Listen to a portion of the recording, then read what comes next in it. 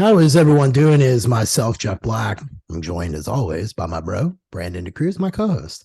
We are Chasing Clarity Health and Fitness Podcast. Today is episode 64, processed foods versus whole foods and the effects it might have on metabolism, calorie expenditure, and metabolic health. Ooh, if it fits your macros kind of conversation, eh, boy? I guess we're going to have a little bit. All right, but how's your last 7 days been, B? Oh man, it's been a long week on my end, to say the least. I know you and I just had a little bit of a personal chat off air, which we'll keep to ourselves. However, other than that, this past week was the final week of my mini cut, which I've been filling in you as well as the audience about, and I really wanted to finish strong. That's just like, it's not how you start, it's always how you finish, in my mindset at least. And so I really pushed the deficit, I pushed my steps, and I pushed my training to the point where, I was maxed out, to be honest with you. And I started noticing, it's ironic. We just did a sleep masterclass, and I started noticing my sleep was disrupted. And then also, to be honest with you, my training has been a struggle this past week. But when I really look at it in comparison, it was just this past week I just pushed it a little bit too hard, and that's par for the course essentially. And so before that, and I've talked to you about this, my training has been flying. It's been amazing. So I don't know if I've actually discussed this in particular, but I not only pair my training and nutrition. I know we've talked about periodization, and I do periodize both my training and my nutrition, but I also periodize how I get amped up essentially. And so I utilize these different strategies to get amped up and to get in the zone before sessions, but I do so across the terms of the mesocycle. So across my training cycle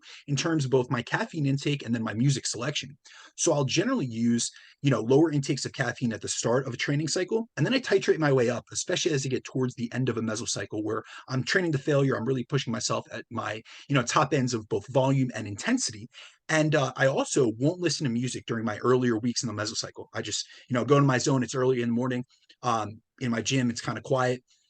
And then usually what I'll do is I'll start utilizing specific songs that, amp me up and things of that sort towards the end of a mesocycle, so that as I get deeper and deeper into a training cycle, I'm able to pull out these tricks of the trade. But I'll tell you, man, this last week, I pulled out every trick in the book and was just still barely maintaining my performance, to say the least. And so I know that I've accumulated a ton of systemic fatigue, not only over the course of this week, but over the course of the entire training block alongside the mini cut. And so, today I started a deload. So really what I'm trying to do is I'm trying to drop off some physical fatigue or systemic fatigue. And then I'm also going to be pulling down on my caffeine intake and my stress so that I can focus on dropping both the dietary fatigue that I've accumulated, but as well as the training fatigue, and to get my sleep, especially back in check, as that's always one of my top priorities. But, one thing I did want to hit on, I got a question from one of the audience members, or more like a statement that turned into a question.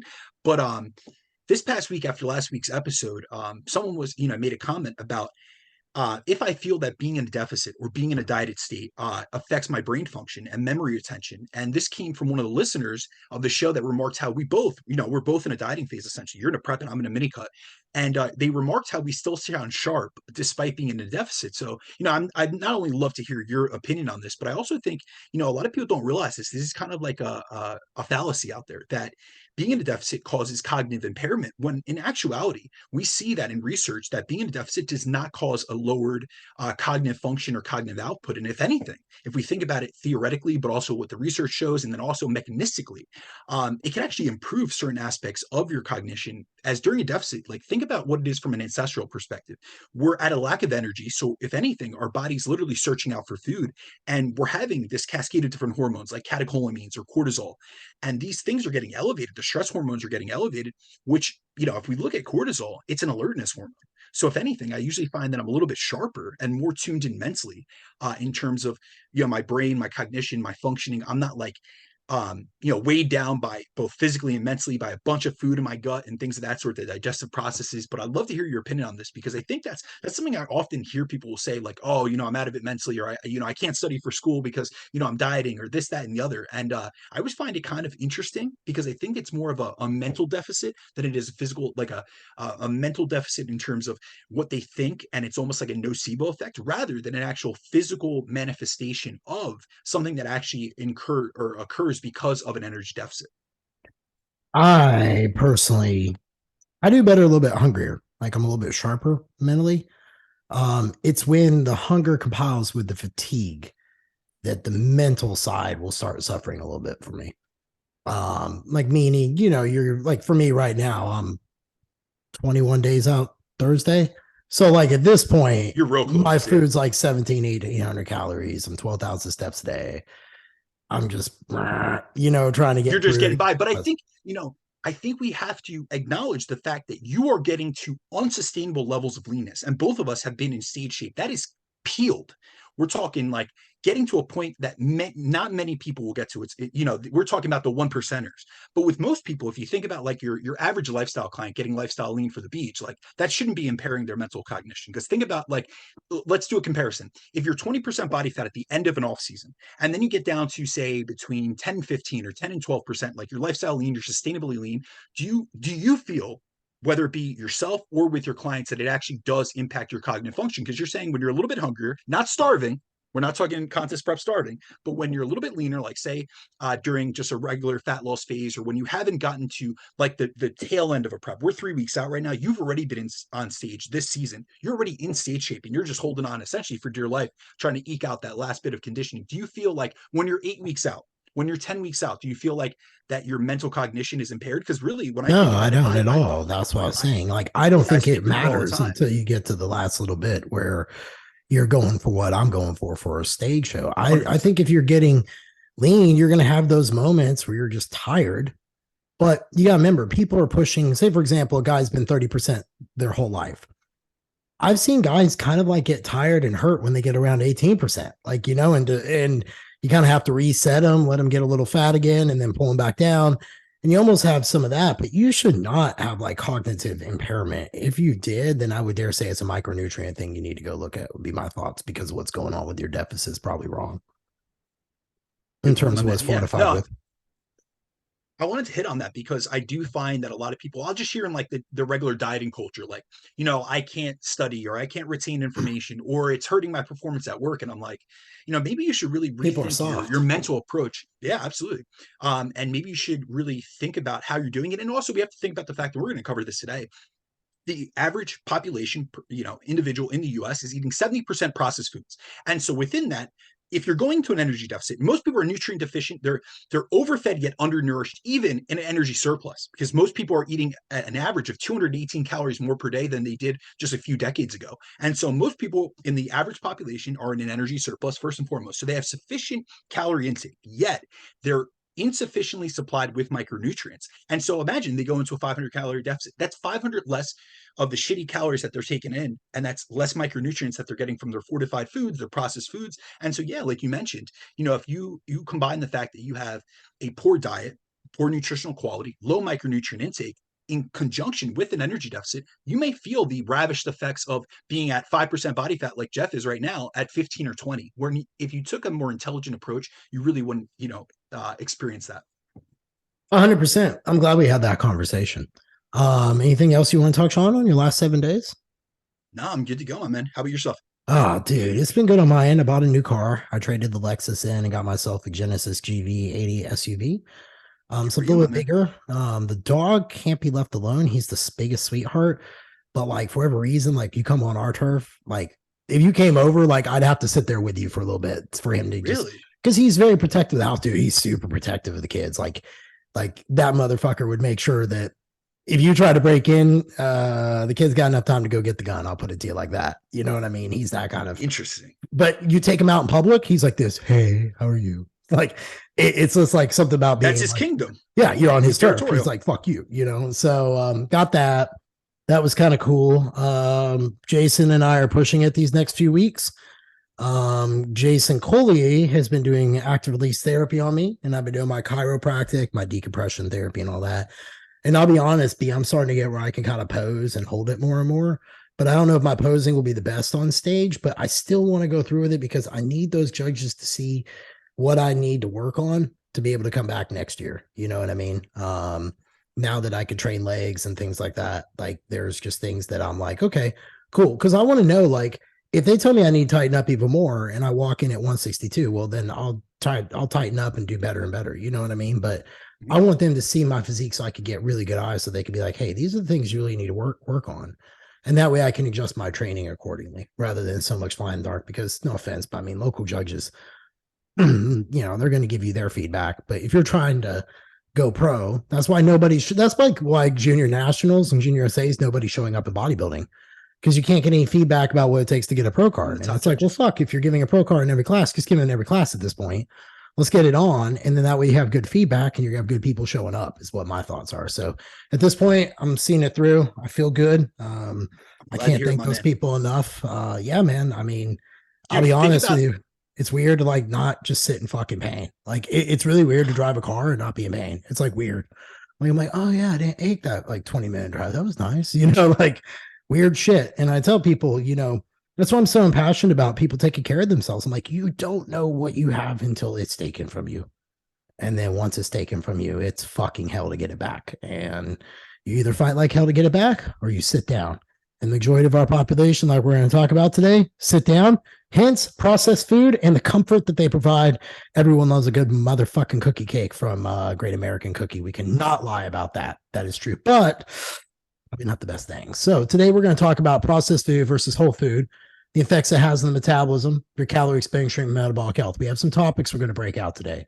First one, shocking body comp stats that are all impacted by our nutrition. Well, I mean, like I've talked about, and you and I have talked about, you walk out in public, nobody's getting healthier.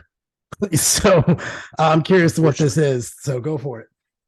Yeah, honestly, I do want, before we start this, I do want to hit on something that you mentioned, because you hit on the fact that you don't want to see others in pain. You've experienced that yourself. And really, when it comes down to it, one of the main reasons I got into nutrition coaching was to help others improve their body composition, their fitness, their lifestyle, and their health. And that's been one of my biggest and most driving, passions and driving forces over the last 10 years I've been coaching.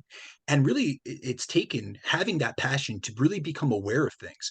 And another thing I'm really passionate about, and you very well know this, is about educating others and increasing their level of awareness, which is why I often reinforce a lot of the things that we discuss, or that I see in the real world and in practice with evidence-based research. And based on everything that I've seen over the past decade plus coaching, some of the biggest bottlenecks many have when they come to me is they lack awareness around their nutritional choices and their health is in a suboptimal place. And that's really an understatement, to say the least. And it really comes as a result of years or even decades of poor lifestyle choices in terms of their energy intake, their food choices, their low activity levels, their lack of, proper progressive and periodized training, and then neglecting stress and sleep management, which are two concepts that we really dug into the last 3 or 4 episodes. So if anyone hasn't listened to those, I would really recommend going back to those.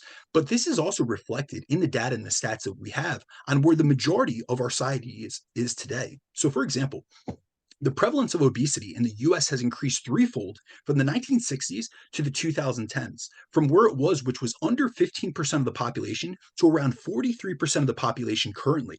And by 2030, which is just 7 years from now, so we're right around the corner, we're on track to see that 1 in 2 Americans will be categorized as obese, and nearly 1 in 4 adults is projected to have severe obesity. Now, these stats refer to clinical obesity, but that doesn't mean that the other 57% of the population is lean and healthy as we would want them to be. And when we look at the research on this, a 2017 review paper out of the Frontiers of Public Health estimated that 91% of adults and 69% of children in America are overfat. And overfat is a condition which is defined as having excess body fat sufficient to impair their health. Then, when we look at the yearly weight gain statistics, we see that the average person in Western industrialized countries like the US, like Canada, like the UK, as well as places like Australia. So, these are hitting on a multitude of countries that, we have listeners from. We see that those in these countries are gaining an average of a kilogram or 2.2 pounds per year, which is definitely not being helped by the amount of ultra processed foods produced and pushed in these high volume or high income countries. And on top of that, the average daily calorie intake in the US has increased by 218 calories per day, according to research done by Kevin Hall in the 2010s. And what we see is, based on the projections, it's most likely higher in 2023. In addition to that, most are in a state of suboptimal or subpar metabolic health. And so a recent 2022 study on the metabolic health of US adults found that when looking at markers, regular health markers such as body fat, blood glucose, blood lipids or cholesterol values, and blood pressure, they found that 93.2% of Americans are in poor metabolic health, and only 6.8% of Americans had what was considered optimal metabolic health. So, based on the data they collected and analyzed, the average American is on the verge of being pre-diabetic based on both their fasted blood glucose and their HbA1c. So, not only short-term markers, but long-term markers of glycemic index or glycemic control, as well as insulin sensitivity.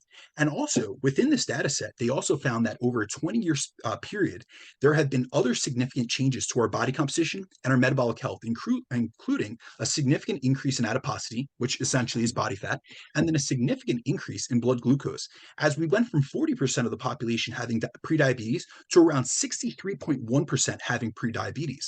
Now, when we look at the physical activity and resistance training habits of individuals around the world, we see that only 17% of adults are meeting the aerobic and resistance training guidelines. And then when we actually look more specifically at just physical activity levels, we see a decline starting around the year 2000. And prior to the 2020 pandemic, the average step count of adults in the US was around a measly 5,100 steps per day. So we have this combination of eating in excess, essentially. We're eating more calories, yet we're expending less calories, which is one of the major reasons why so many people are not in the shape or the level of fitness or in the health that they want to be in. Now, on the nutrition side of this multifaceted issue, a 2017 systematic review and meta-analysis found that between 42 to 61% of adults in general populations around the world report trying to lose weight each year. But we see that those that essentially what we see in the diet literature is that we're really good at losing weight, but we're terrible at maintaining it. This is something we've touched on so many times in past episodes, on the body fat overshooting effect, on post-diet rebound rates, things of that sort, because we see that 6 out of 7 people who go on a diet will lose a significant amount of fat. However, up to 95% will regain what they lost after. So obesity and poor metabolic health may be common in our society, but they're also complex conditions that we can't nail down to one single factor. But when we really look at much of the data, we have it points out to the fact that highly processed foods aren't helping, and they're actually hurting our health in multiple aspects, which is why we're going to take a deep dive into the topic of processed foods and diet quality this episode. And we're going to cover things like how much of our diet is made up of processed foods, the difference between processed and unprocessed foods, and really get into the minutia between that, because a lot of people don't know how to differentiate between different levels of food processing. We're going to talk about the drawbacks of consuming ultra processed foods, the different effects of processed foods, and what those different effects can have on our metabolism and our energy expenditure and our metabolic health, and then also the health consequences or the health effects of eating ultra processed foods. So, Jeff, are you ready to get into this one, my man? I'm good with it, man. So, how much of our diet is comprised by processed foods? And with that being said, you're talking about the general population, right? That a lot of these studies are talking about, not necessarily athletic communities, weekend warriors, things like that, right? No, we're talking about general populations across Western society. So I would love for you to take a guess what you think the percentage is. 84%. So, my man, you're right on point. So really what we see in the literature Boom! is that in Western societies around the world, 61 to 84% of our daily calorie intake come from processed foods sources of some sort. And when we look at the research on what the average American diet looks like, we see that 58% of calories consumed by the average American resident comes from ultra processed foods like breads, store-bought breads, breakfast cereals, cakes, cookies, pies, pizza, sauces, dressings, sweet and or salty snacks, ice cream, and desserts. Then from there, we see that 9% of calories come from processed foods like processed and cured deli meats. So we're talking pepperoni, salami, things of that sort.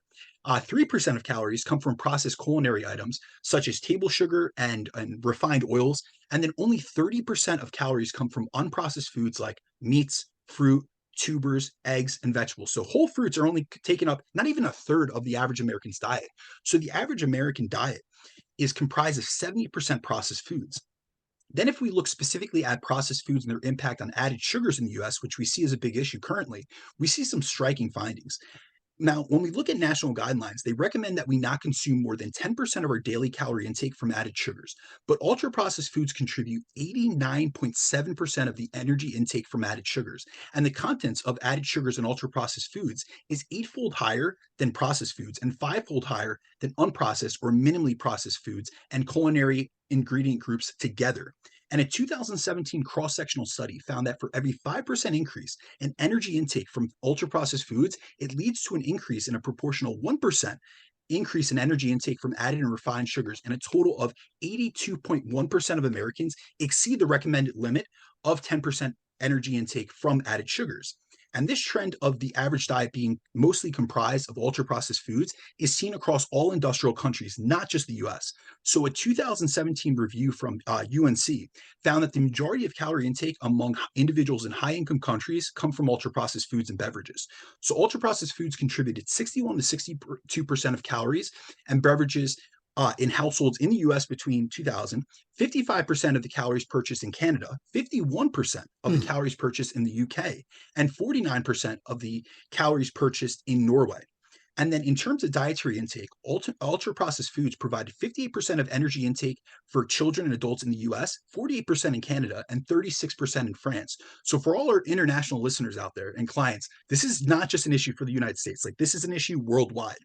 And so consumption of highly processed foods among middle-aged adults in 10 European countries range from 61% of energy intake to 78.9 or 78 to 79% of intake. And so really when we look at it, this is a major issue worldwide. And the average individual around the world isn't only buying and eating more and more ultra processed foods at home, but they're also eating far more calories outside the home, meaning from fast food and from chain restaurants. So in the last 50 years, we see that calorie intake from outside of the home has risen from 15% to 33%. So a quarter or a third of a person's daily calorie intake. And an analysis from the NHANES dataset found that 41% of adults consume fast food and 27% of adults consumed meals from full service restaurants just within the past 24 hours, which shows how common it is for us to commonly and frequently eat these frankenfoods. Now, when we look at research on fast food, particularly, which is probably the worst food that we could really, consume and really put into our bodies, we find that it's making up more and more of our daily meals. So, 7.1 or 7.6% of all breakfasts, 15% of all lunches, and 14% of all dinners consumed by US adults are purchased at fast food restaurants, and these meals have been shown to be of a much lower quality than meals prepared at home. So to say that the majority of our diet and daily calories are made up of processed low quality foods would be an understatement by all means, which is an issue for so many reasons of which we'll get into during this podcast. I have a question then. So can we I think it's important for us to define the different levels of processing, like food processing, and then differentiating between unprocessed and processed foods, because I think some people are probably going to be like, what the hell is the difference? Because there is some confusion to some of that anymore because the foods are just like crazy what's made out there anymore. No, 100%. I think it is really important to go over the different levels of food processing as really, my goal anytime we do a podcast is really to empower people or empower listeners of the show with education so that they can make both more informed and intelligent choices and decisions going forward, especially when it comes to nutrition. And I also know, and this is something that it's great. You're a great host, man. I got to be honest with you. I love doing this with you because you lead me into questions that really do need to be answered. And I know that for many, it can be difficult or challenging to differentiate what foods are and aren't processed, which is why I think it's really helpful to think of foods on a spectrum based on their degree or their level of processing. So to do this, it's best to look at the NOVA classification system, which categorizes foods based on their level of food processing. So we have 4 groups within this NOVA classification. I'll go through each one just to try to differentiate between like each level and what they include or what they refer to.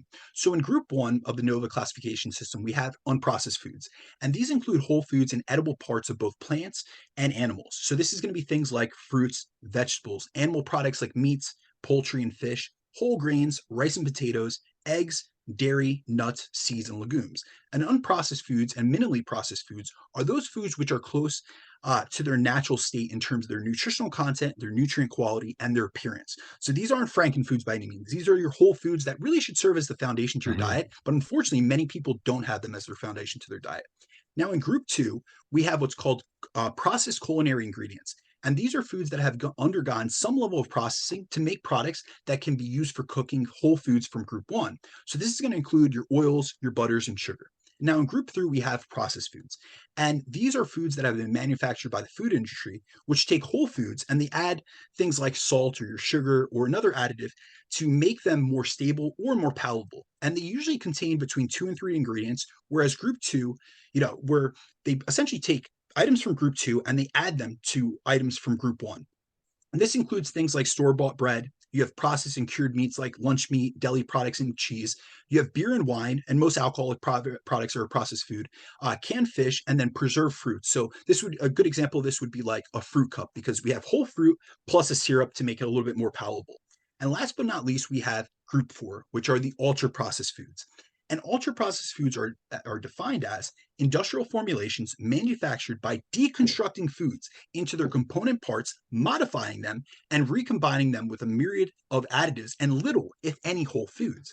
And these are foods that are far removed from their natural whole state and contain many added ingredients that would generally not be found in our own kitchen, which we'd use for at home cooking. So they usually have flavors, they have colors, they have emulsifiers, and they have other additives included in them to make them more palatable, appetizing, seductive. So a really good way to differentiate. Like I'll go through some examples. But if you notice some ingredients on a label that you would never be able to purchase to include into your own baked good items or into your own meals or to utilize within your own home cooking experiments, to say the least, it's a really good indication that it's most likely an ultra processed food.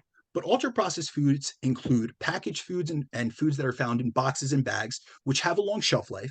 They include sweetened breakfast cereals, which a lot of people don't realize, as a lot of times when you think about a cereal, they can be made from wheat or corn or they're rice based. But cereals have modified these whole foods from their natural state, so they're ultra processed.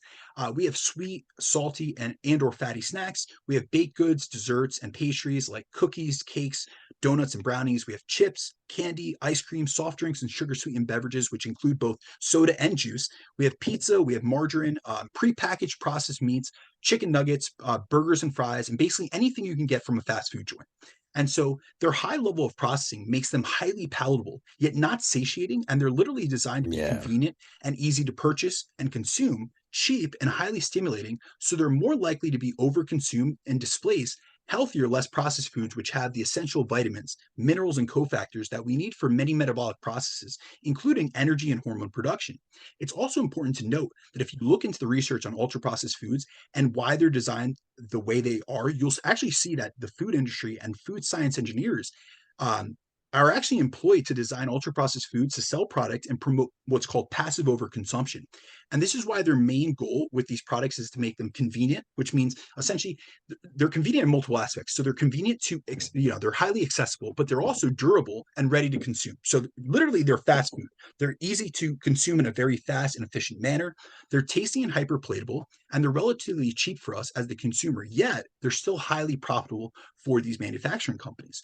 So, in order to make food products that hit all of these requirements, they need to use ingredients that are cheap and lower quality. So, they're not made with food quality or nutrient density in mind, nor are they designed to help us feel full and satiated so we can moderate our consumption of them, which is why they're such an issue. They're not made to manage our hunger, improve or maintain our body composition, or improve our metabolic health. They're literally, I don't want to say they're made for the exact opposite, but they're definitely designed to be passively overconsumed because that's what's going to make these companies more money. So if we've went through the different levels of food processing, but I just want to give you guys an example of different levels of processing to differentiate between the two, so that you're familiar with them and you can look at some whole foods and how they get processed into different products. So, for example, if we look at common whole food items like corn, oranges, peanuts, and almonds, we find that they can have various levels of processing. So, if we go with corn first, corn on Mm. the cob would be the unprocessed form. It would be the whole form. The next level of food processing would be a corn tortilla. And an ultra processed version of corn would be Doritos, as corn is the first ingredient. But then there's this laundry list of additives, flavors, and processed ingredients added to that corn base to make this an ultra processed hyperpalatable snack. Then, if we look at oranges, the whole and processed version would be an orange in its peel, which is actually, you actually look at the satiety index, it's the highest satiety fruit on the satiety index. So it's the most likely to make you full. The next level of processing would be orange juice. And then the highly processed or an ultra processed version would be an orange gummy snack.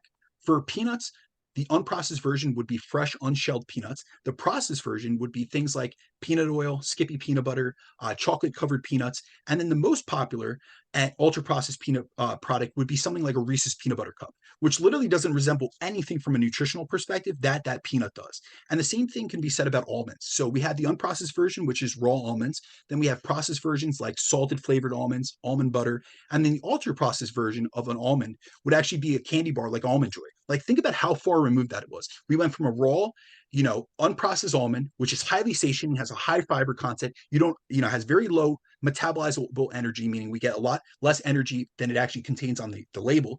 And then we go from there all the way to the spectrum of an almond joy, which is a candy bar, which, you could eat hundreds of calories from and feel absolutely no satiety. Yeah. So then I guess my question is, because we have coaches who listen, we have Gen Pop people listen, we have people in between. What can they do then to kind of prevent themselves from walking into traps? Because it sounds like there's just so much mutated foods out there. Like, do you recommend anything for people to do? Like certain apps that may be better than others for being able to help sort this stuff out, like the processed food from the unprocessed food? Any food guides? Do you work with clients on grocery lists and things like that? I do work with clients on grocery lists and, I and think very that's a specific big in doing one. so. Yeah. I think bringing a level of awareness and empowering them through education is a huge component. And that's why, I will go through the best food alternatives, or I'll give them lists of foods that would be the best food swaps for different food choices. But really, when it comes down to it, we really have to think about making the foundation of your diet whole foods in nature, and then we can add some flexibility in from there. It shouldn't be the opposite way around. So if we actually look at the average American diet, 70% is ultra processed foods, and then 30% is whole foods. We need to at least inverse that. And I would actually say 80 to 90% of your food should be from a whole unprocessed form, and then from there we can layer in some tastier foods and things of that sort. But if you don't have your foundation in check, it's just like you have to nail the basics to get onto the nuances. And a lot of people want to do things, they have the cart before the horse, essentially. And so really, when it comes down to it, you have to build out a foundation of whole, nutrient dense, highly satiating foods first and foremost, and then from there you can add in some flavor and flexibility. But if you are doing the opposite and you're trying to chase, just hyperpalatable foods and trying to fit everything into your macros, thinking that that's, just from a calorie perspective, that's going to help you get by, you're going to be doing yourself a disservice, not only from a body composition perspective, but a satiety perspective, as well as from a metabolic health perspective. So what are the drawbacks of ultra processed foods then? Yeah. So when we look at ultra processed foods, we see that there are many drawbacks, especially when it comes to our body composition, our body fat levels, and our metabolic health. And this is mainly because ultra processed foods have been shown to increase the amount of calories we consume and thus increase the amount of body fat we carry for a multitude of reasons, including the fact that they have a much higher energy density or calorie density gram for gram than whole foods.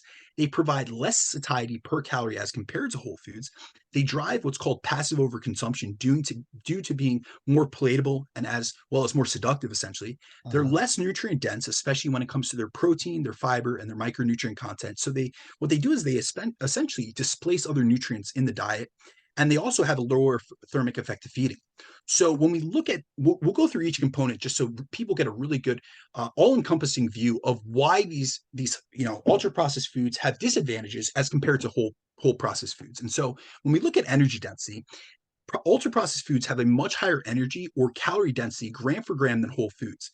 And so when we look at the difference in energy density between processed foods and whole unprocessed foods, we see that processed foods on average have a significantly higher energy density, meaning that they have more calories per gram, or even easier way to look at this is you get more calories for the same amount of food weight from ultra processed foods as compared to whole foods.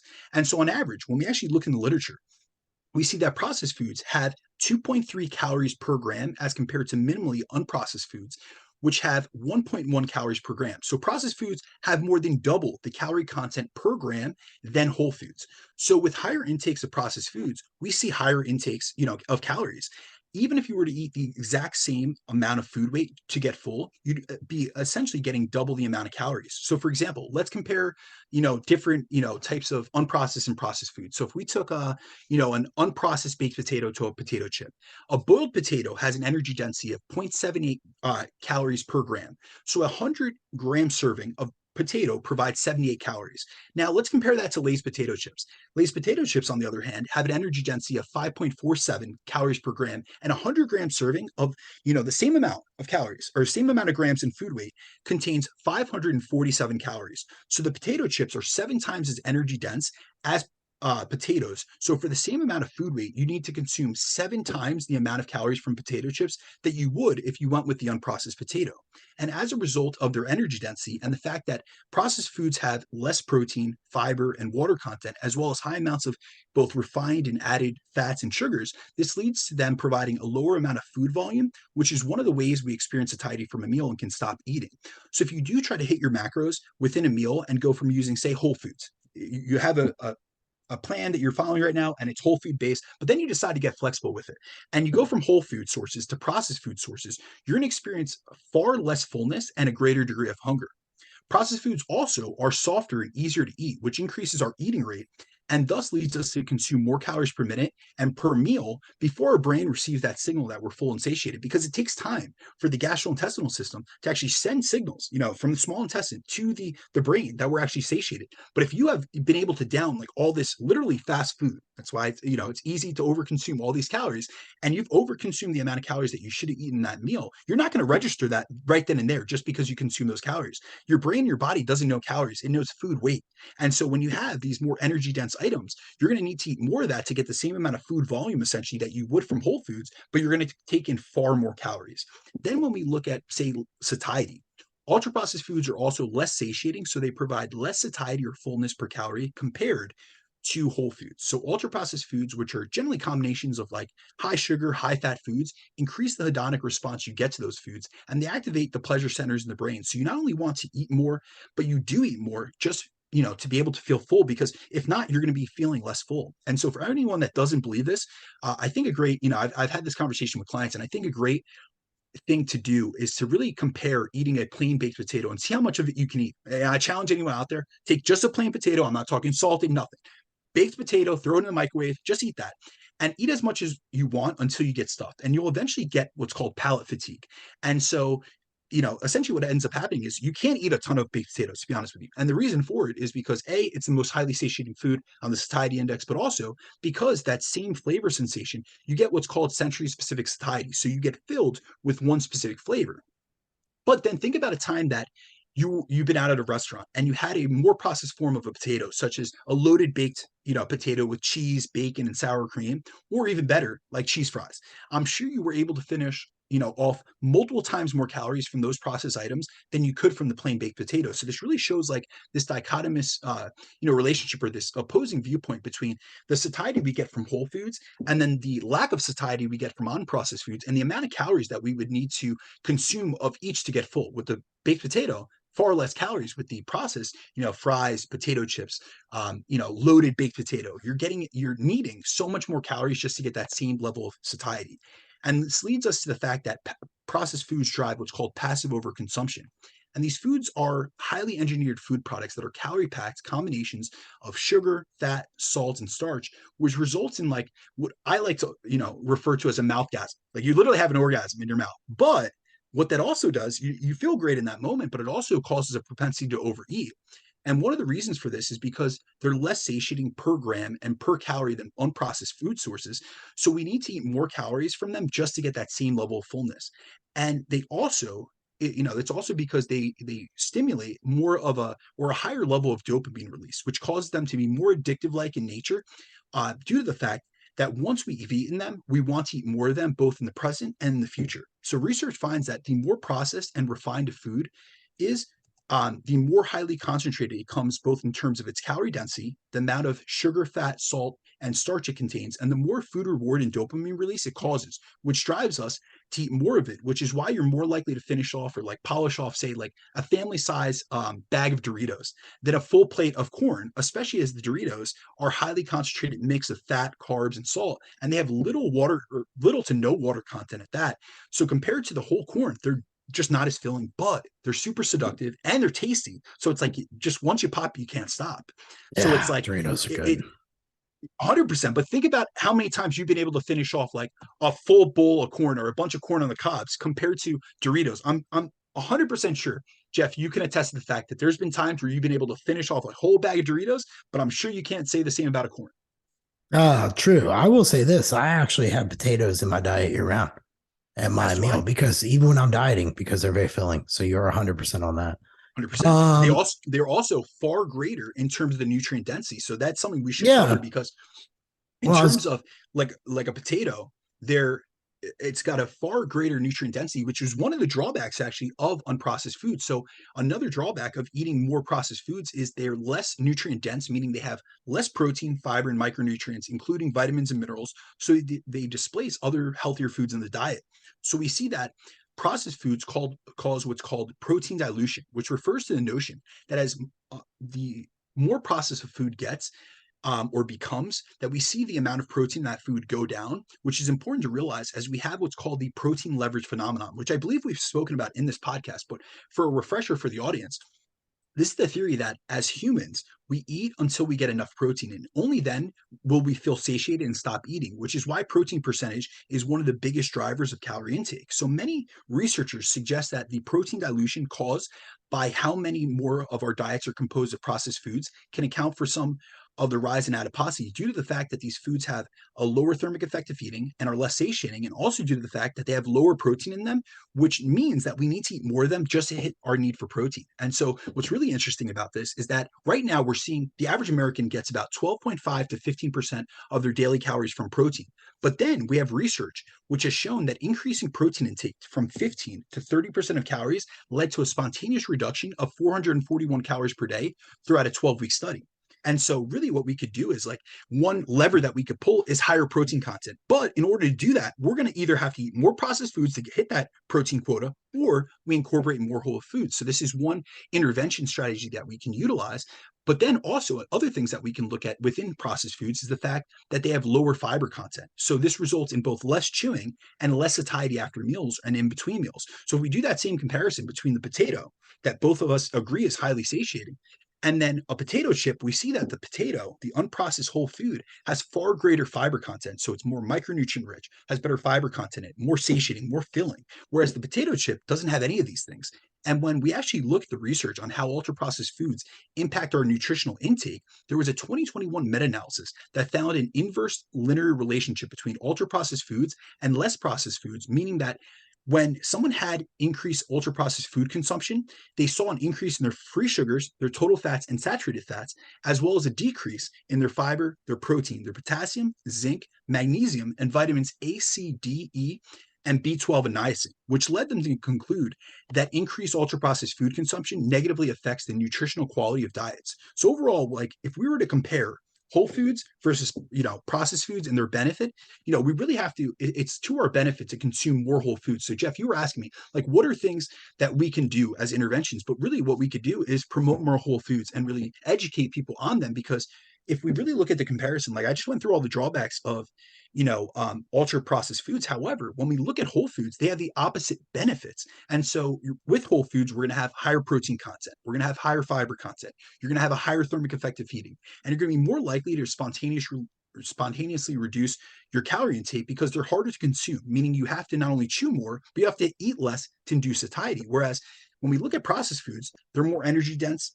They have much less of an effect on satiety, and they leave us less full for the same amount of calories unless we do overconsume calories, and they're less nutrient dense and they displace calories. So all in all, really what our focus should be is building a foundation that goes off of whole foods first and then can include other things into the mix. So then we've discussed how affects processed foods differentiate from ultra processed foods or non-processed foods from in terms of fiber, micronutrients, from the A's, the K's, the C's to the D's. Are all calories created equal between processed and unprocessed foods? Yeah, so that is that's a saying. We hear that all the time in this nutrition space, right, Jeff? You hear all the time people say I've seen all the arguments, and I'm like, great, like, but body composition is my argument, and that's kind of where I usually stick to.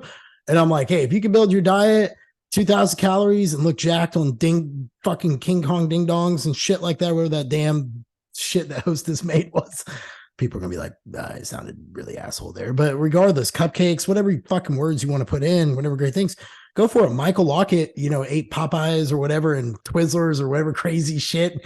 You got shredded, but that's like 0.0000001%. So that is the let's get into it. Let's get into it. Yeah. So when we look at it, like, and these are things that drive me nuts. There's like several common and trite sayings within this industry, and you'll hear many within the nutrition field. They think they're sharp, and they'll say things like a calorie is a calorie, or all calories are created equal, or it all comes down to energy balance. So just eat less and exercise more to lose weight. And here's the thing. Those statements are all true in theory, but they're not helpful whatsoever, nor do they provide context and nuance to the topic of body composition and health improvement. So despite being truthful, they're not necessarily useful for all of you out there. And so yes, if we're going to look at it from a theoretical perspective, all calories are created equal from just a unit of measurement perspective. So 1 calorie from a baked potato, from an energy perspective, is the same thing as 1 calorie from a barbecue flavored Lay's potato chip. So energetically, same thing. The issue is that just by looking at the amount of calories a food provides doesn't tell you anything about the nutritional quality, the nutrient density of a food, and the satiety that specific food provides. It just tells you about the energy content an item contains. So although calories are an important part of the equation, as in order to change our body composition, we need to, manipulate our energy balance, meaning our calories in and calories out. We can't just stop there. If we want the best results in terms of our body composition, our health improvements, our hunger management, our micronutrient status, and sustainability. So if you're working with a coach that simply gives you a number, like a calorie number to hit and sends you on your way, they're doing you a disservice, as your macronutrient composition, your food quality, and your food choice selection play a massive role in the process of improving your body composition and being able to do so in an approach that you can actually adhere to and sustain, especially when it comes to a fat loss phase. Because there's always going to be issues with hunger, a lack of energy, and deficiencies in micronutrients. And that's often a commonality amongst those who use this approach where it's just calorie based and that's all they think about. And when we look at it, weight gain is governed by energy balance. So you can gain or lose weight just by nailing calories, regardless of your food choice. So I won't dispute that. However, changes in your actual body composition, which is honestly what you were alluding to, Jeff. So changes in your actual body composition in terms of the amount of muscle you carry, as well as the body fat level that you can achieve and maintain, your hunger management and your appetite regulation, your micronutrient status and internal health are all governed by your macronutrient intake and the quality and nutrient density of the foods Mhm. that you eat on a consistent basis. So although all calories are created equal, not all sources of calories are created equal, as the food choices you select influence how many calories you consume due to how different macros and foods impact your satiety, your fullness, your hunger, your appetite, and your cravings. So, really, when it comes down to it, like one piece of advice that I think would benefit anyone in terms of their fat loss journey or honestly, any physique improvement process is to remember that just because you can fit a food into your calorie and macro targets doesn't mean you should. As for I every give me, fucking there's a agree. gotcha. And with processed foods, there are far more drawbacks than upsides of regularly including them into your daily diet. Do you find that that's where you get the most pushback from clients? Like I tell people like, hey, flexible dieting is meant to be like utilized when you're traveling and you're jammed and you're things like that, not like a day in, day out. I forgot to pack my shit 4 days in a row. So I just hit the local gas station and get myself some beef jerky and some things like that. Do you find that that's where you get a lot of pushback when you're working with clients to really get them to clean this up? Because competitors different breed. Like I tell people, I'm like, you choose to compete. I'm like, hey, this is what this is. Suck it up. It's not for everybody. When you're doing gym pop people, realistically, do you have like a certain percentage? I know John Meadows said 90% or 80% clean, 20% dirt, things like that. Do you have anything like that you work with? Or do you just try to really say, hey, try to go as much as you can, that when you're going to have some misses. So that's going to even itself out. Cause that's the way I tend to go. I'm like, try to aim for perfection because you're going to have some couple of screw ups. So it's just going to kind of wash out usually over the course of a week. Yeah, to be honest with you, I use a mix of both. So I generally will say 80 to 90% from whole foods and then fill in the rest with foods that are more of your preference. However, I also off the front, I really do try to lead with education. So I try to educate them. And also one thing that I do with all clients is I off the bat, when we do our first consultation, I do what's called a needs analysis. So I not only look at their wants and their desires and their goals, but I also look at like the bottlenecks, the things that have been holding them back. And often a lack of education and literacy around food is one of the largest drawbacks that I see, or one of the biggest bottlenecks holding them back from doing or achieving what they wish to achieve in terms of their body composition, their health, as well as their ability to get lean and stay lean. That's really what a lot of people come to me for. And so they've been through diets in the past. They've tried your if it fits your macros. They've tried your, just wing it macro tracking, whatever you want to say. And so they've tried the different approaches in the past, and we discuss them. And I say, listen, how were your previous diets, and what was your success rate like? How would you judge how you did in terms of where you wanted to get to and actually where you got to, or what was the recidivism rate like, or what was the post diet like? And oftentimes they'll be candid with me and just let me know that yes, maybe they were able to achieve a goal specific phase within 12 weeks but after right away they regained everything and back. So we really have to go and analyze the decisions that were made during that fat loss phase or during the previous experiences that they've had through dieting and through their nutritional journeys, to realize that what are the bottlenecks, what are the things that have held you back in the past. And often it is a Mhm. lack of education around nutrition. So I look for some of those anchors essentially within their previous approaches, and I try to work on those. And oftentimes it takes educating them about the fact that, yes, you're going to experience hunger and lack of energy during a diet, but you shouldn't be feeling that right off the bat. And that's often an approach that people, or that is often an experience people, encounter when they do the traditional diet approach, which is generally you take the same foods that you've been eating, the shit foods in your diet, the processed foods in your diet, and you say, all right, I'm going to induce a calorie deficit. So how do I do that? I'm going to do portion control. So I'm going to take my 2,500 calorie diet, and I'm going to reduce 500 calories to induce a 500 calorie deficit. But I'm just going to take those same foods that I've been utilizing and essentially eat less. And that's the whole concept of eating less. But then I try to get them onto improving their nutritional quality, their food choices, their selection, their nutrient density. So they're actually eating more from a food volume perspective. So when we look at the volume metrics, actually within the meals, because they're getting nutrient dense but low energy density food sources within like the choices that I select for them, or the food swaps that I suggest of them, they're actually eating more food weight, they're getting more satiety, yet they're eating less calories. So it's causing almost like a spontaneous reduction in energy intake where they're not suffering anywhere near the amount that they were previously. However, they're also filling in the gaps. So I also run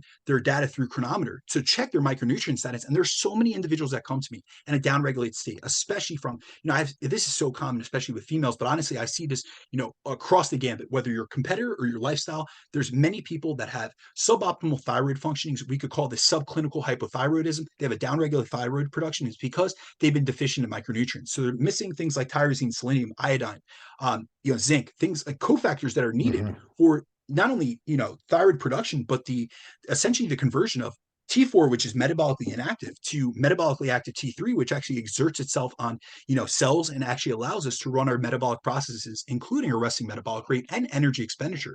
So these are where just being able to educate people and really show them the light. And then also, I also really believe in bring teaching a man how to fish. So I'm giving them food choices, I'm giving them education, but also I want them to try, and learn through trial and error. So there are times that people come to me and they say, listen, I want to do if it fits your macros. I say, all right, let's try it out. I'm always willing to meet a client where they're at. However, oftentimes we get to a stopgap in the system. They're stalled out. They're not seeing progress. They're dealing with ravaging hunger. And then I say, listen, I've educated you about this before. We tried your approach first and foremost. I really tried to cater to you based on your preferences, but how about we try this? Give it a chance and let's see the difference so that we can have almost like A/B testing. In the marketing world, we might send out emails at different times and then see the response to those emails. The same thing could be said about a dietary approach. So I start, with someone that really wants to fit your macros. All right, we're going to start with macros. I'm going to have some requirements in terms of fruits and vegetable requirements, protein intake per meal, protein feedings per day. But I'm going to let you build out the skeleton, send it over to me, let me see what it is, and we'll work. We'll meet in the middle with your food choices and food selection. However, if you get to a stopgap in the system and it's based on things like satiety or your micronutrient intake or your blood work comes back poor, that's where we're going to go in my way. And it's not just about my way or the highway since day one. It's about really working with that person, getting to know them, and really building a relationship, a rapport, and also getting them comfortable enough to trust you. And they know that you're an expert in what you do. And really, when it comes down to it, people come to coaches not only for accountability and for guidance, but also because they trust the individual. They count on them. They can rely on them. And so that they know that they're going to guide them in the right direction. And especially when you come from, an educational perspective, you really try to highlight both the drawbacks and the upsides of different approaches. I'm always willing to see both sides of the fence or both sides of the equation. But really, when it comes down to it, they want your expert opinion. And they also want the experience that you have having worked with, myself, and yourself as well. I've worked with over 1,000 clients at this point. I've seen a lot of commonalities. I've seen a lot of mistakes. And really what I'm trying to do going forward is helping my current and future clients avoid many of the mistakes that have held back people that have come to me in previous years. Agreed. We got a few minutes left, bang out these last two. So let's get them. Processed food versus whole foods, their impact on metabolism and energy expenditure. We've kind of hammered around this, but let's get it direct, knocked out. And then the last one would be the health effects of ultra processed foods, which let's just talk about C-reactive protein. You just say that's going to probably be through the roof along with your iron and everything else. But go ahead. All right, so many are aware of the fact that our food provides us with calories, but in order to absorb and assimilate those calories, there's a caloric cost involved in the digestive process, which is referred to as a thermic effect of feeding or diet-induced thermogenesis. Now, when it comes to the thermic effect of feeding, many will highlight the fact that different macronutrients have different metabolic effects in terms of energy expenditure. So, for example, we all hear that common saying that protein has the highest thermic effect, and that is true. So it has a 20 to 30% thermic effect, followed by carbs, which are generally around 5 to 10%, and then fats have the lowest thermic effect of feeding of around 0 to 3%. So different macros will impact your daily energy expenditure to different extents. However, what many overlook is the fact that we don't just eat macros like proteins, carbs, and fats in isolation. We eat meals, which are a combination of foods. So your food choices also impact the thermic effect of feeding in a meal, and thus the amount of calories we burn to digest and absorb these foods. Now, when we look at research comparing meals made up of whole unprocessed foods with highly processed foods, we see that whole foods have a higher thermic effect or a higher diet-induced thermogenesis when compared to processed refined foods. So we not only get a greater satiety, lower calories per gram, higher micronutrient yield with whole foods, but we also burn more calories just through the process of selecting and eating them. So, one study that demonstrates the difference in thermic effective feeding between whole foods and processed foods was done by Barr and colleagues, where they took healthy men and women and put them into a crossover trial where each individual ate two different meals at different time points. And in both meals, calories and macros were equated. However, in one condition, they were given a whole food meal, and in the other condition, they were given a processed meal. So what's interesting is they didn't compare vastly different types of meals, but all they did was they changed the level of processing the foods had undergone. So the whole food meal consisted of multigrain bread with real cheddar cheese, while the processed meal consisted of refined white bread and processed sliced cheese, similar to that of like a Kraft singles, essentially. So like your American singles. And they even went as far to match the amount of calories from bread and cheese in both conditions. So in the whole food and processed food meals, 60% of the calories eaten were from the bread source and 40% were from the cheese source. So literally the only difference between the two meals was the level of processing and the quality of the food sources used. Then they measured each participant's post-meal energy expenditure following the meal. And despite both the whole food and the processed food meals containing the same amount of calories and macros, the thermic effect of feeding of the whole food meal was around 20%, whereas the thermic effect of the processed meal was just 10.7%. So this study found that the amount of calories burned followed the ingestion of a meal of processed food sources was 47% lower than that of the same calorie matched meal, which was made up of whole food sources. Now, the study only looked at the effect of switching out one meal of processed foods with whole foods and found almost a 50% increase in energy expenditure. But imagine the impact that could happen across the course of a day of eating whole foods as compared to processed foods, or if they had used something like a higher protein, a higher fiber meal that contained something like a lean protein source, a fiber containing fruit or vegetable source, and then a complex carb that contains a good bit of fiber in it, like a sweet potato. And there's also a few other examples of how eating whole foods that specifically contain fiber increase the thermic effect and actually decreases the amount of metabolizable energy, aka the amount of actual calories we absorb from foods. And the best example of similar foods that differ vastly in the actual amount of calories we absorb from them based on their level of processing are nuts. So research has found that the fibrous matrix of nuts, like whole unrefined almonds and peanuts, don't allow all the calories in them to be absorbed as compared to consuming these same types of nuts, but in a nut butter form. So in a 2016 study on how food processing impacts the metabolizable energy of almonds, it was found that whole food almonds, so whole natural almonds, have 48% less metabolizable energy than almond butter, which is a processed form of almonds. So essentially, we absorb 48% less calories when eating raw almonds than we do when eating almond butter. They also found that we absorb less calories from whole raw almonds than we do from roasted almonds due to the different level of processing between the two, which shows that the amount of calories absorbed from almonds is dependent on the form in which they are consumed. We also see very similar effects actually in studies that compare peanuts with processed peanut sources like peanut butter and peanut oil. So, for example, in one study, they put people on a diet of one of three fat sources. They either had them consume whole peanuts, peanut butter, or peanut oil. And then they looked at the amount of dietary fat excreted per day. And when they consumed, whole peanuts, they lost about 18%. They lost 7% when consuming peanut butter, and they lost 4.5% when consuming peanut oil, which amount to a difference of 91 calories between whole foods or whole peanuts and peanut oil. And what's ironic about this is many see nut butters as a diet food that they include into their diets. But if you actually look at the composition of a processed nut butter, like, your Skippy peanut butter or any of these common, popular peanut butters, it's super energy dense, meaning it contains a higher amount of calories per gram. It is insatiating and can easily lead to passive overconsumption.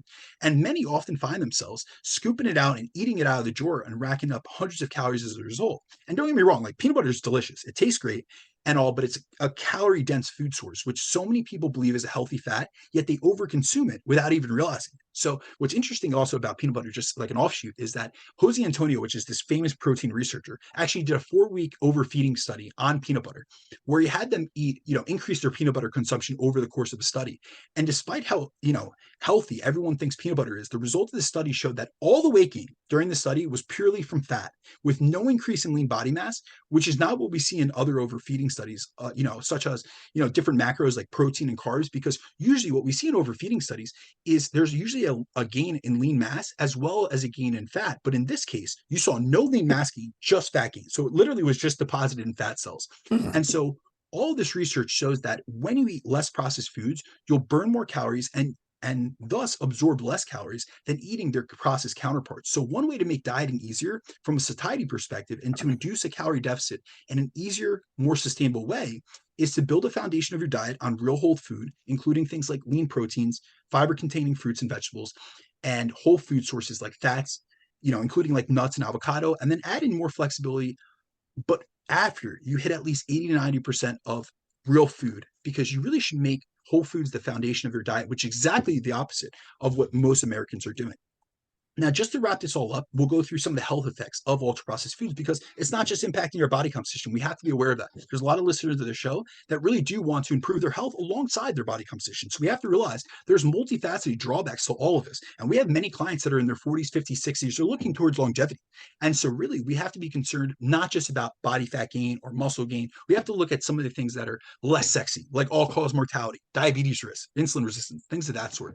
So there are many negative effects that high consumptions of ultra processed foods can have on our health. And there's a large body of evidence which finds that there's a dose dependent relationship between ultra processed food consumption and negative health outcomes. So the more ultra processed food an individual eats, the more likely they are to experience health and body composition consequences such as overweight and obesity, insulin resistance and type 2 diabetes, cardiovascular disease, metabolic syndrome, high blood pressure, high cholesterol and blood lipids, depression, and all-cause mortality.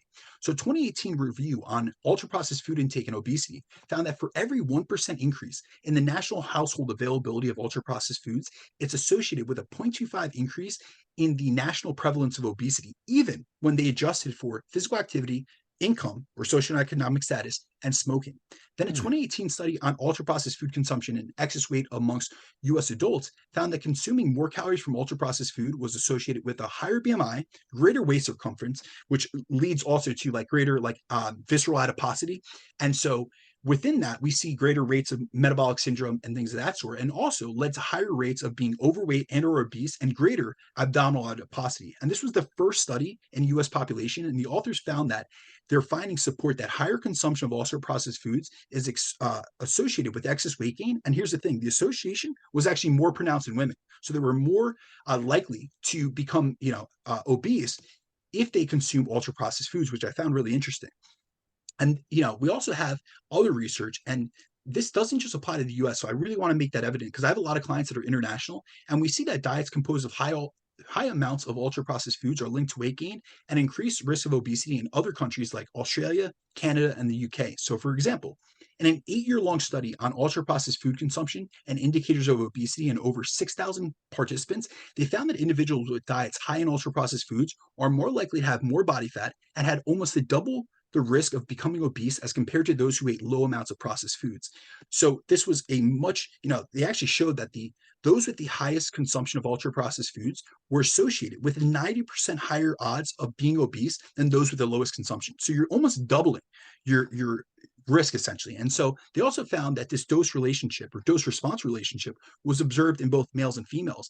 And with every 10% increase in the consumption of ultra processed foods, it was associated with an 18% increase in the prevalence of obesity for men and a 17% increase in the prevalence of obesity for women.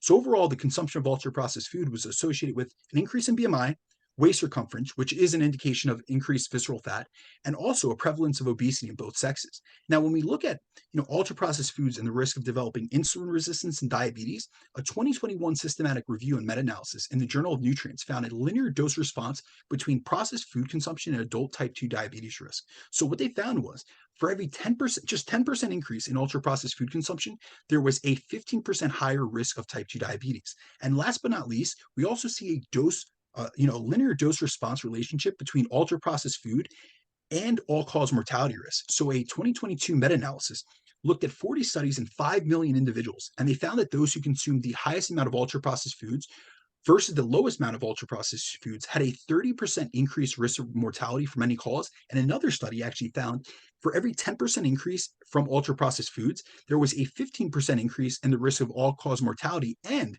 that the substitution of ultra processed foods with minimally processed foods was associated with a decreased risk of mortality. So when it comes to, research of substitution within, taking ultra processed foods and unprocessed foods, we found that in a calorie matched substitution of ultra processed foods so essentially, if you were to take the same amount of calories from ultra processed foods and you were just to replace them with minimally processed or unprocessed foods, it would lead to such a significant drop in mortality that there was at least a 28% reduction in death. So this just shows the not only the deleterious effects of consuming ultra processed foods, but the fact that we can rectify this. And this is something like you just educate yourself, you make some simple food swaps. Instead of getting fried chicken, do chicken breast. Like these are simple things that you guys can utilize in your day-to-day life. And it's not only going to, improve your body composition, but also your metabolic health, your longevity, and just your quality of life overall. I agree 100%, dude. Knocked out of the park. I also think a lot of the issue of the processed food is because, explodes your liver. You get all that just sugar, fats, everything it doesn't know what to do. So just piling, fat, first thing it does converts it right to the fat in your liver. And you start to see non-alcoholic fatty liver disease be growing. And there's not a lot of growth of Absolutely. alcoholics out there. So what do you think it is? Ding, ding, ding, ding. That's why it's called an apple Yep, man. Yep, absolutely. So where can everybody find you, Epi? Guys, feel free to reach out to me on Instagram at @BrandonDeCruz_ or on my email, which is bdecruzfitness at gmail.com. And guys, as always, please do remember to rate and review the show. We always appreciate your support and especially your feedback. We keep these episodes going, especially due to the fact that we get awesome feedback. So we always appreciate that. But Jeff, lead us on out and tell everyone where they can find you. Man, I'm no longer in trouble on Instagram. So Jeff Unbreakable Black. And Relentless Forever on YouTube is where I've been putting a lot of my videos, which a lot of people said they really enjoy kind of seeing snippets about who I am and just my different thoughts on stuff. So be sure to like, share our podcast. This is the only one I'm doing for the time being. So, we're making it count. We're making it count. So with you guys, support, we appreciate it. You have yourself a good week, B. Later. Peace.